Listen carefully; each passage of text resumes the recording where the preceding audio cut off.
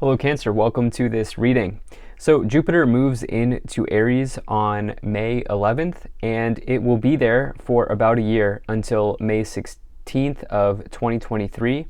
It will pop back into Pisces on October 28th of this year, but for the most part, Jupiter will be in Aries for the next year, marking a new transit. And I have to tell you, intuitively, I feel very good about this Jupiter and Aries transit. So much so that I decided to do a series here on YouTube for all 12 zodiac signs on this Jupiter transit. So that's what we're going to be looking at. There is a schedule of the entire movement of Jupiter in the description below if you'd like to take a look at that. But let's go ahead and let's pull some fortune cookie cards. Jupiter does rule luck and fortune, so I thought this would be a great card to use. Deck of cards to use. So right off the bat, you have twists and turns. Carefully made plans could be thrown out the window as major changes and interruptions surround you. Make sure you get lots of rest to cope with all the upheaval. I'm feeling positive tower vibes there in a very good situation, right? Sometimes, you know, we stack our calendars too heavy, right? And we throw things on our calendars when, you know, you never know what might happen. This is what is the term I'm looking for? Like an interactive place. Anything could change on a dime, and that's what I'm feeling here. And I don't think it's bad. You do have reflection. Friendships in your life may come to an end. Others could blossom and become stronger. And then you have major life change. Time is right for major life changes, as a new lifestyle or location brings great joy and a trouble-free existence. So, major change and major life change here coming in twice in these oracle cards. I feel like this is really good advice, and I definitely really like these three cards that you pulled here. Let's start to unpack this a little bit more here, and let's see what we have. So we're going to go ahead and pull some tarot cards. So I am using the Golden Art Nouveau Tarot, as well as the Psychic Tarot here. There are links to both of these decks in the description below, as well as the fortune cookie cards.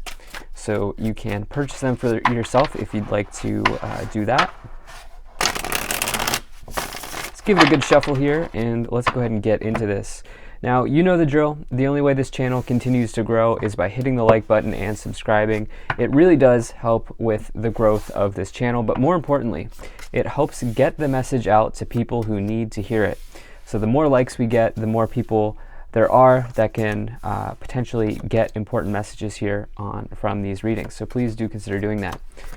Let's go ahead and let's see what we have here. So let me make sure everything is in view for you, Cancer, and then we'll get right into this reading.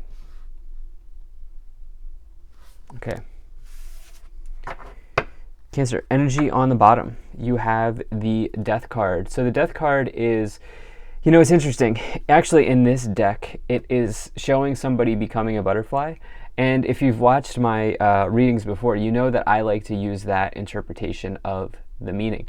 This Psychic Tarot deck was actually my first deck ever, and that's kind of why it's kind of informed the way that I look at this Death card energy. And really, if you do your own research on this card, you'll find that it's actually a positive meaning. This is a major change. This is a major life change. There's no question about it, which you have here showing in twice with twists and turns, major life change. I was saying that there might be tower vibes, but I'm really feeling like there is, like, basically I feel like, Cancer, if you and I were to check in a year from now, you would be a completely different person, is the energy that I'm getting. And that's really the transformations that can come here with the Death card. It's a rebirth. It's Scorpio energy. Scorpio will take something, let's just use this example. Scorpio will take something small and make it big, or Scorpio will take something that is unrefined and refine it. And this is, like, I feel like what's going on here for you right now in this reading. But let's dive into this some more. So make sure we're all set up and in view here, as you know I like to do. But all right, so right away in the middle, you do have this King of Swords energy here. let's see here. So the King of Swords is really an energy of sort of divine law and order. This is somebody who will give you a fair shot in life. This person is typically not somebody who will take an emotional interest in you, but instead they will help you get from point A to point B in your career life. And so first and foremost, there could be a meeting of minds here with somebody, and this person may take you under wing. On the other end of this, you could be exhibiting those traits for yourself. You could also be somebody who's a subject matter expert, or you could become a subject matter expert here in this during this Jupiter transit.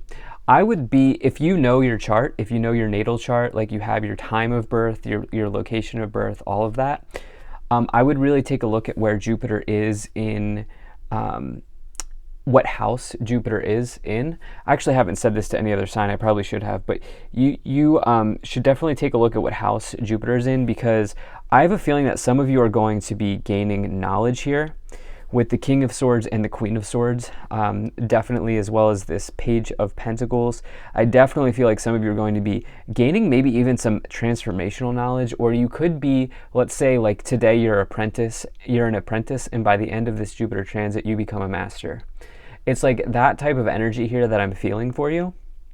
It's a little bit of a strange message, one that I don't get much. But yeah, you could also be dealing with an air sign, somebody who's like Libra or has Libra-like qualities about them. Now, in this first column, you have the Nine of Cups, you have the Nine of Wands, and you have the Queen of Swords. So two nines, right, is definitely a nice message here. Nines are completions. It says that you're basically there, you're at the finish line, and that's exactly what this person is doing for themselves. This person, I'm having a hard time picking these cards up right now, but basically this person here is at the finish line. They are holding on to their wand, holding on for one more push. And this is something that you could really be doing here in this Jupiter transit. The Nine of Wands says that the worst thing you could do at this moment is to give up, because you're so close. You're so close to achieving something, and you're so close to achieving your goal. You're so close to crossing the finish line. You have this Nine of Wands, this Nine of Cups energy here as well. Nine of Cups is really a message that your wish could be fulfilled. This is major wish fulfillment in the tarot. It's one of the two major wish cards. You can see this person is not only happy, but they're also content. Take a look at how they're folding their arm over their chest here. They are content with their situation. They know that they have 9 cups behind them that are upright, that are presumably overflowing. So, Cancer, have you made a wish? Have you cast a wish out to the universe? Because if you haven't, I would suggest doing this. This could really pay off here for you. I also think, like I said, with this twists and turns thing, you never know where your journey is going to be taking you here as you have this twists and turns energy. I get the sense that something's going to come in, like there's going to be, I'm getting the word wrecking ball. You know that song by Miley Cyrus? I don't really listen to pop music much, but came in like a wrecking ball is the lyric that's coming into my mind. Something's going to come in like a wrecking ball. And again, I think this is a wrecking ball of transformation. This is not something that's going to ruin your life, okay? But I do feel like this is going to happen. And I feel like eventually the term idyllic is coming into my life, where it's almost like when the wrecking ball hits, you will have an idyllic period of time, a tranquil period of time in your life. You have this Queen of Swords as well, which is somebody who is capable of giving wise counsel, very similar to the King of Swords. But the thing about the Queen of Swords is this is somebody who's maybe hyper-focused on a goal. They are very much associated with the word focus. And having that hyper focus about them. So I see you really being intent on something. I see some of you studying. Okay, I know it's a bizarre message, but some of you are really studying something. I think some of you are about to go from like level 1 to level 10 within this. You're going from level 1 to level 10 in this Jupiter transit. Now, in the middle, you have the Three of Swords, you have the King of Swords, and you have the King of Wands here. So we have a lot of King energy, we have a lot of Swords energy. Just taking a look here on the board, the predominant energies. And remember, in my readings, I do not attach gender to my cards. So you can be any gender, and you can take on any of the qualities or the aspects of these cards. Same is true if you're here for love. This is masculine and feminine energies, okay? Now, the King of Wands here is a card that I love to see, one of my favorite cards. This is one of the cards I look for people who are looking to like be in business for themselves. This is the classic entrepreneur in the tarot. But if you do find the King of Wands in a workplace situation, they'll only be in that job because they want to be. Okay, they do not stay in a dead-end job. This is not somebody who's going to, slog going into, or dread going into work each day. They are passionate, they are inspired, and they inspire others. As a quality of a leader, this person's inspiring. This person leads from the King of Swords leads from a place of authority and maybe rationality and logic. The King of Wands is fun. Okay, it's fun, inspiration, passionate. Those are the types of qualities that you may be exhibiting in your own individual leadership, and you also may be dealing with people who have those qualities about them as well. Now you have this Three of Swords here. It is interesting. Some of you, the Three of Swords is a card of heartbreak. It is a card of potentially divorce, separation, breakup, but you should look beyond that. If your relationship is really good, then that's not what the Three of Swords means for you. What that means is there could be anything here that you may need to separate from. Like, let's say, like every day after work, you eat a slice of cake. Guess what? That Three of Swords could say, I'm going to start separating myself from that, right? It's creating some sort of purposeful separation in your life. It's typically more challenging than the example I get, but you understand what I'm saying. This could also see you being severed from a job, which can happen. But the point being here is there's this silver lining. There's this thread in this reading that's connecting you to something better. Remember, you have twists and turns, major life changes. If something happens where, you separate from something you don't want to separate from, that's probably part of the universe's plan for you, based on this reading. Like, this may see you going into a university when you never expected yourself to, for example. In the last column, you have the Seven of Cups, you have the Two of Swords, and you have the Page of Pentacles. So this Page of Pentacles is somebody who takes a studious or academic approach to life.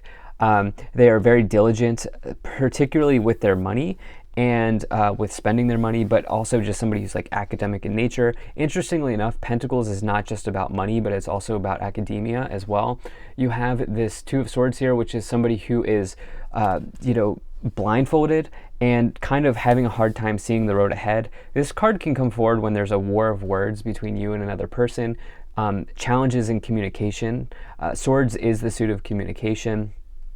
So it can bring those areas of life. It can also represent interference, mental interference, perhaps a mental conflict. I do feel like maybe some of you, there could be a conflict here, and this may be like in the midst of an upheaval or a transformation that happens here in your life, and some of you are like, whoa, what do I do with this new information? You will also have this Seven of Cups here. There are so many different choices and roads ahead. Be careful that you do not get overwhelmed, okay? Some of you may want to really do some type of mindfulness practice. Do not make decisions from a place of desperation or fear. Come back to mindfulness here with this Two of Swords energy. This person really, really, really could be in need for some mindfulness, especially as you have the Two into the Three of Swords, and now the Seven of Cups, indicating you have a lot on your plate. So let's go ahead and let's pull a few oracle cards here. Let's pull a few psychic tarot cards here. Okay. I guess we're going to take these. These really wanted to come out. You have a bunch of cards. So you have the third eye chakra, not surprised. This is, your third eye is your spiritual vision. It's your ability to see into the future. Everybody has this ability. I'm not special. I'm not like some, crazy, special psychic person. Everybody has a third eye chakra. You have fertility. You have power, spiritual strength, awareness, and patience.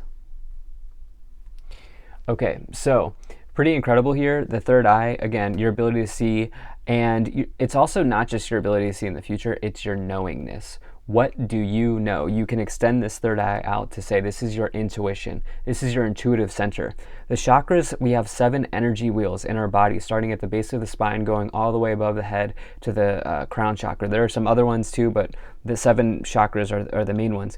And you can use these to really help yourself out. Some of you may want to take a look at this third eye chakra and research it a little bit more here. You have this awareness card, which is the magician. This is somebody who's a major manifester in their life. It's like it's almost like the universe is helping you out in a big way, because you also have this spiritual strength card, which interestingly enough is the 9 of Wands, but I really like this interpretation. You're not going to give up here, okay? You are spiritually protected, and you're stepping into your power here with the strength card. The power card is the strength card in this psychic tarot deck, and you're really going for something here. The patience card is temperance, but really this patience energy for me coming forward for you is to do something to ground yourself. It's to do something to maybe even get into a mindfulness practice here with the third eye and the patience card, because there's going to be a whole lot of stuff, Cancer, that is thrown your way in this next year, in this Jupiter transit, and it will be important for you to have something that you can kind of anchor back to, that I think will really help you, because if you can do that, it's like there's some of you are going to have an intense focus on becoming a master this year. So thank you so much for being here. If you enjoyed this, hit that like button, subscribe. Really appreciate you. I'll see you in the next reading.